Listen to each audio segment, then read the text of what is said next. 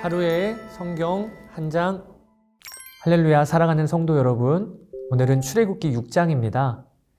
출애굽기 6장은 5장의 마지막 절에 나오는 모세의 원망에 대한 하나님의 응답으로부터 시작이 됩니다. 모세가 어찌하여 나를 보내셨나이까? 이렇게 원망했지요. 그 원망에 대하여 하나님께서 이제 내가 바로에게 하는 일을 내가 보리라. 강한 손으로 말미암아 바로가 그들을 보내리라 라고 대답을 하십니다.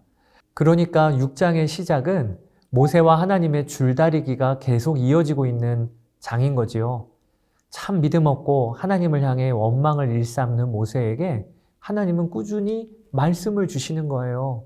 오늘 본문에도 1절, 6절, 8절, 29절에 나는 여호와이니라, 스스로 있는 자이니라 라고 말씀하세요. 너희를 내 백성으로 삼고 나는 너희의 하나님이 되리니 나는 애굽 사람의 무거운 짐 밑에서 너희를 빼낸 너희의 하나님 여호와인 줄 너희가 알지라. 이렇게 계속 말씀을 주세요. 여기서 우리는 모세와 하나님의 초점이 전혀 다르다는 것을 읽을 수가 또 있습니다. 모세는 지금 출애굽이라는 일을 이루는 것에 관심이 있어요. 그의 초점은 하루라도 빨리 애굽에서의 탈출입니다.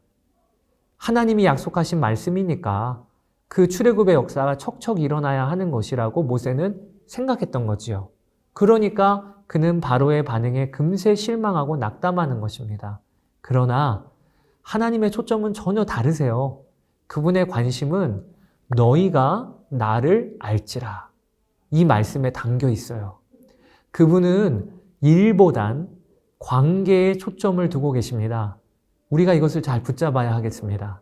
하나님이 보시기에 이스라엘 백성들이 풀어야 할 당면 과제는 하루라도 빨리 애굽에서 나오는 것이 아닙니다. 그것은 하나님이 이루시고자 하시면 한순간에라도 이루어지는 일이에요. 하나님은 그보다는 더 중요한 것이 있다고 보셔요. 그것은 백성들이 출애굽하는 과정을 통하여 하나님이 누구신지를 알게 되는 것입니다. 애굽으로 들어와서 400년이 흐르며 하나님을 단지 우리 조상들이 섬기던 신 정도로 알고 있었던 백성들의 눈이 열리는 것이 하나님의 가장 중요한 관심사이셨던 것이지요. 우리의 하나님, 우리를 자기 백성으로 삼으신 하나님, 그분은 얼마나 전능한 분이신지, 또 약속을 지키시는 분이신지, 또 백성의 작은 신음도 다 들으실 만큼 가까이 하시는 분이신지를 백성들이 알기를 원하시는 거예요. 여러분, 진짜 구원은 애굽에서 가나안 땅으로 들어가는 환경과 신분의 변화가 아니고요. 하나님과의 관계가 변화된 것이 진짜 구원인 것입니다.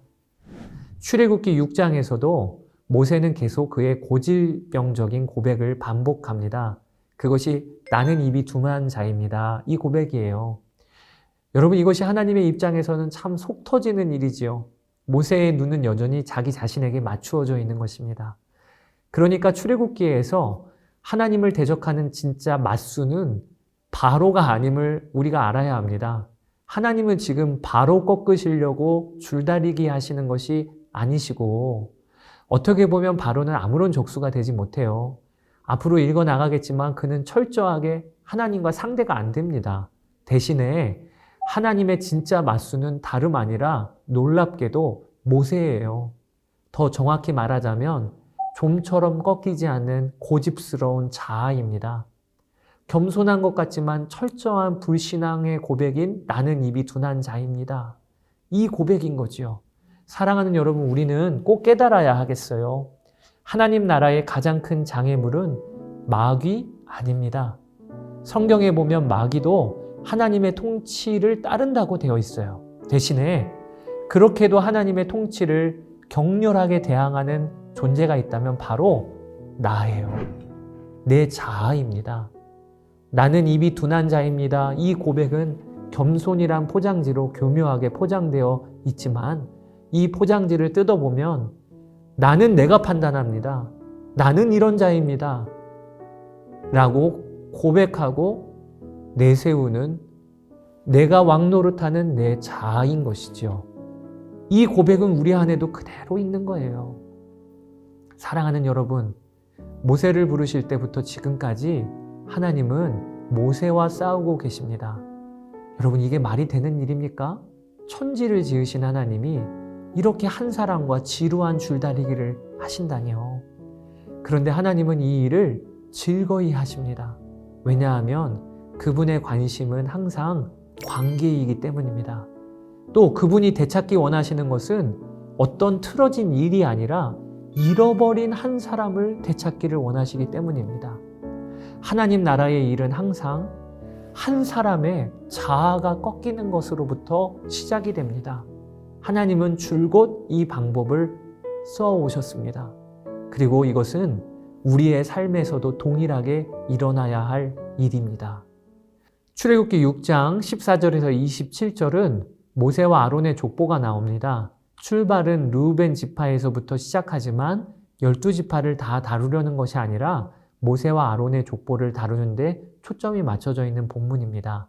여러분들이 한번 읽어보시면 되겠습니다. 자, 여기까지 출애굽기 6장을 마칩니다.